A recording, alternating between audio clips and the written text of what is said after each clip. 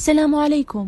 لا تنسوا الإعجاب بالفيديو والاشتراك في القناة تشجيعا لنا لنستمر بنشر المزيد إن شاء الله. حبايبي، دي عجينة الطعمية اللي احنا فرمناها، ودي الطعمية اللي احنا قليناها، ودي الطعمية اللي احنا فرزناها. عايزين تعرفوا عملناها ازاي؟ تعالوا معايا على الفيديو.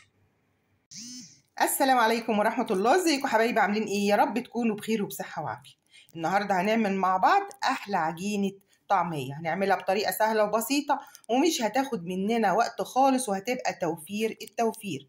ليه؟ ان انا اشتري قرص الطعمية ب5 جنيه، لما انا من نص كيلو فول مدشوش هعمل اكتر من 100 قرص طعمية. نص كيلو فول مدشوش يعني حوالي 20 جنيه.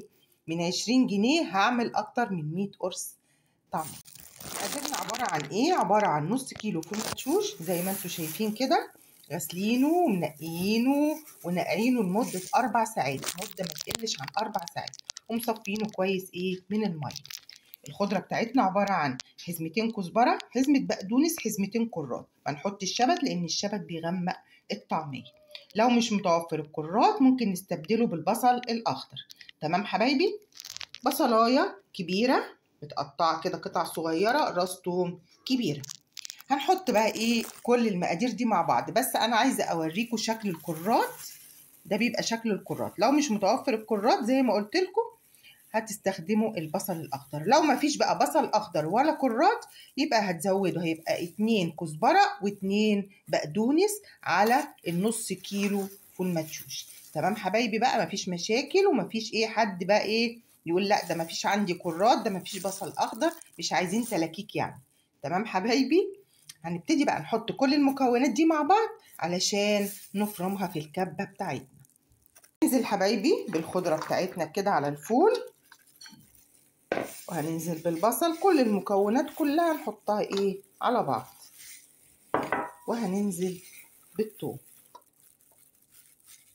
هنقلب كل الحاجات دي الجميلة والروايح الروعة دي مع بعض، وهنبتدي نشغل الكبة بقى ونشوف هنعمل دلوقتي قلبنا كل المكونات الجميلة دي مع بعض، وهنبتدي بقى نفرمها في الكبة بتاعتنا. بسم الله كده بقى، هناخد شوية شوية. تمام؟ بسم الله.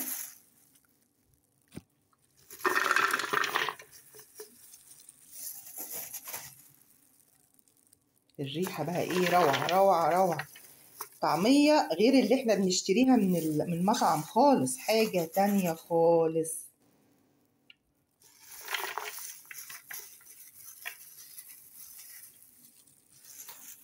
مش تاخد مننا وقت.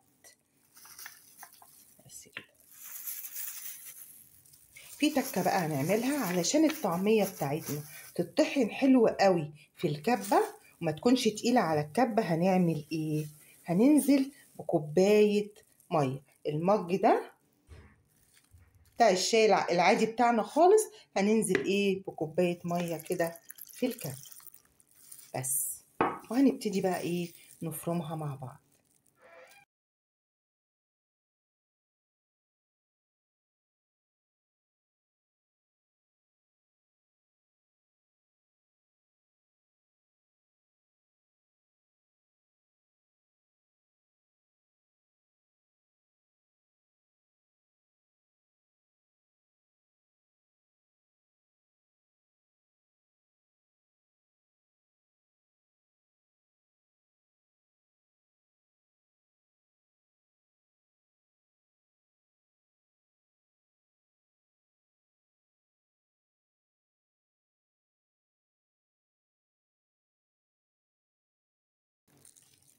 كده حبايبي الطعمية بتاعتنا اتفرمت كده. هنبتدي بقى الخطوة المهمة اللي احنا هنعملها. طبعا احنا ضايفين كوباية مية، هنسيبها كده؟ لا، هنكون محضرين بقى مصفى كده، وتحتها بقى اي طبق عشان نصفي المية بتاعت الطعمية. بسم الله. بصوا لونها الجميل. بالمعلقة كده نبتدي نضغط على الطعمية عشان ننزل كل كمية المية اللي فيها. كوباية المية اللي احنا حطيناها هنبتدي بالضغط كده ننزلها عندنا ايه في الطبق. بصوا اهي، بصوا لون الطعمية عامل ازاي، تحفة. شوف بقى هنعمل ايه كده حبايبي. صفينا كل الطعمية. هنعمل ايه؟ هناخد الطعمية بتاعتنا كده هنحطها في طبق. بصوا الجمال. المية دي بقى هنرجع ننزلها تاني في الكبة بتاعتنا، وهنحط ايه كمية تانية في الكبة عشان نفرمها. ادي كوباية المية اللي احنا ضفناها في الاول. الدنيا سهلة قوي. تمام حبايبي. هننزل بقى بكمية من عجينة الطعمية تاني، الخضرة اللي احنا ايه مقطعينها. بسم الله. حط الاول السكينة بتاعت الكبة كده،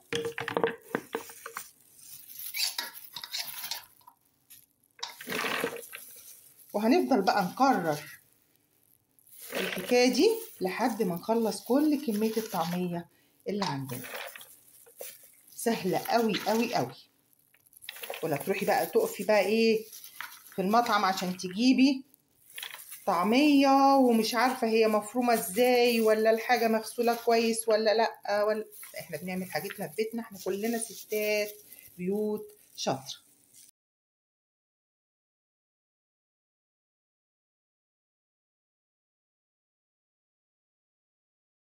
كده فرمنا المرة التانية اهو. هنبتدي برضو نشيل سكينتنا كده، وهنبتدي نصفي الطعمية برضو نفس الايه اللي احنا عملناه. بسم الله. بصوا اللون ما شاء الله طالعة تحفة. هنبتدي برضو نصفيها من المية، نرجع المية تاني في الدورق بتاع الكبة لحد ما نخلص كل الكمية اللي عندنا. تمام حبايبي. اخلص كل الكمية دي وارجع لكم تاني.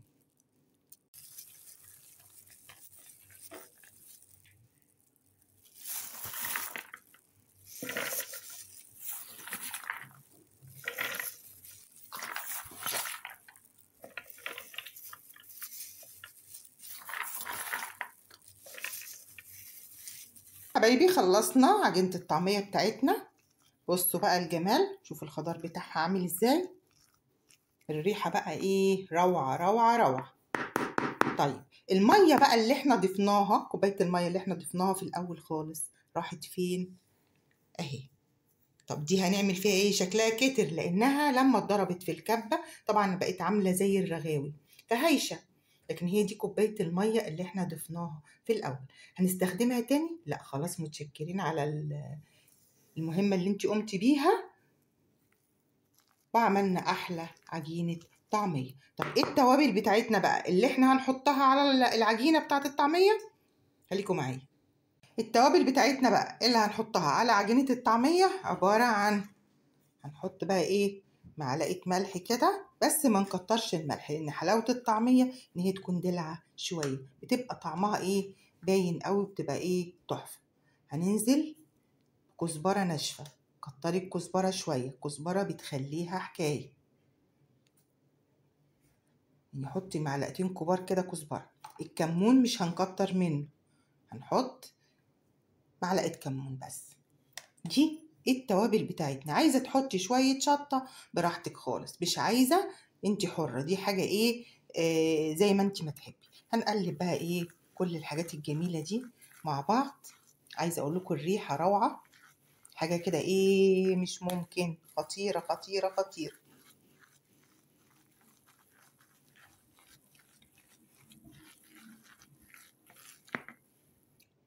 بعد ما خلصنا بقى الطعمية بتاعتنا وظبطناها وحطينا التوابل بتاعتها وكله تمام، نجربها بقى شوف الاختراع بتاعنا عامل ازاي.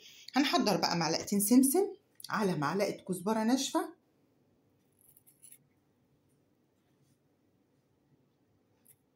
ونجرب بقى ايه الطعمية بتاعتنا عاملة ازاي. شفتوا الجمال ما شاء الله، حاجة كده ايه تحفة تحفة تحفة.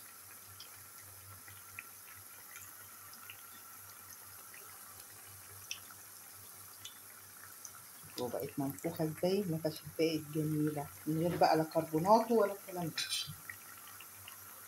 وبكده حبايبي خلصنا الطعمية بتاعتنا. بصوا الجمال بقى، ما شاء الله طلع تحفة. أحلى عجينة طعمية عملناها مع بعض، وأحلى طعمية قليناها مع بعض.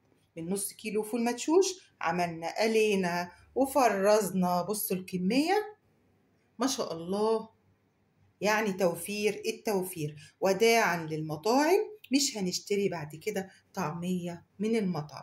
ما خدتش مننا وقت خالص، يعني ايه نص ساعة كانت الطعمية بتاعتنا مفرومة ومقلية، وكان كله ايه طالع تحفة تحفة تحفة. جربوها حبايبي بالطريقة دي، وما تنسونيش في الدعاء لايك وشير، واللي ما اشتركش في القناة ياريت يشرفني بالاشتراك فيها عشان يوصل له كل جديد. اسيبكم في رعاية الله وامنه، والسلام عليكم ورحمة الله.